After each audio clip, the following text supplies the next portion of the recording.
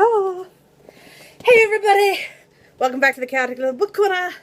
My name is Acacia, and today is a dual review. Both of them are arcs that are now on sale as of July 2016. Both of them were sent to me by Crown Publishing. We're going to dive right in, and we're going to start with, let's start with the one I liked the least. Oh no! I kind of crushed that. Whoops. Okay. That's fine. We'll figure it out later. So let's start with the one I like the least. And that would be... First of all, I would recommend both of these books. I enjoyed them both in different ways and for different reasons. This one, though, this is The Wolf Road by Beth Lewis. I went into this book with the synopsis of a young girl potentially being the next victim of a serial killer and kind of delving into that and the ideas and the thoughts behind serial killing is kind of what I was hoping to go for. And it's about a girl named Elka, and she lives with a man she calls her father. And in the very beginning of the book, she goes into town and she sees a picture of the man she calls her father for a wanted sign, and she ends up leaving home thinking that she is going to be his next victim due to the fact that she finds out he's killed many people.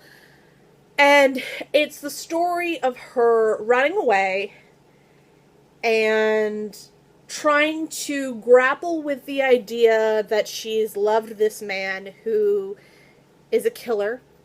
And he's a survivalist, and he's taught her how to survive, so she's surviving and living off of the logic and lessons she's learned from a killer to survive from the killer.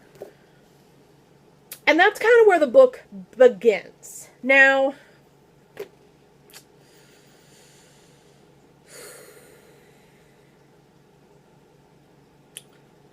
I don't know. It calls itself an intimate cat and mouse tale.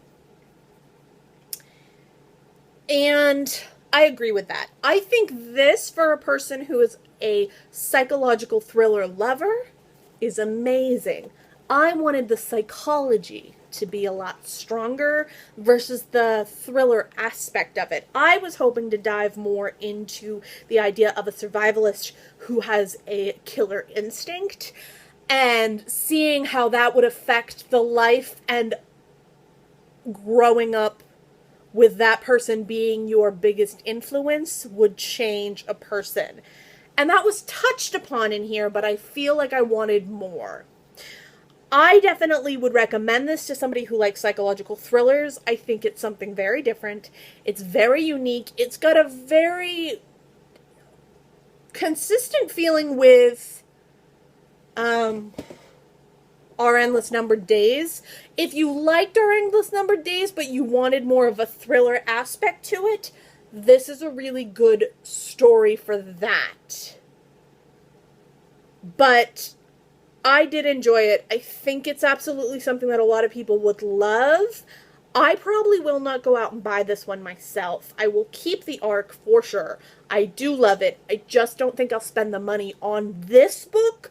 But I did like Beth Lewis's writing, and I do plan to pick up whatever she comes out with next, because I enjoyed her writing style very much, and I think she writes a good thriller.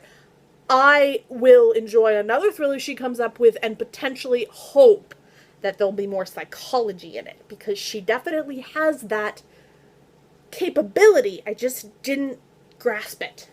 So I need to look into more of that. And then this is the one I really loved. This is Sunlight Pilgrim by Jenny Fagan. I need to purchase this and Jenny Fagan's first novel. I personally fell in love with Jenny's writing. I think it's wonderful and just different, and it has characters in it that I never would have considered reading before. It has a really beautiful interpretation of a young girl who is transgender and coming into her own as a female body, as a male body with a female mind. I thought that was really well done. I would have liked the whole story to be more for her. But unfortunately, it was split between three different characters, which is Dylan, who is a young man who receives a caravan in, I believe it's Scotland, from his mother, who has just passed away, and his grandmother as well, who has also just passed away. And he goes out to this caravan area, and he ends up living in this group and new society that is kind of trying to survive a world freeze and a world's winter that is the coldest ever. He becomes friends with his next door neighbor, who is the young girl, and her name was...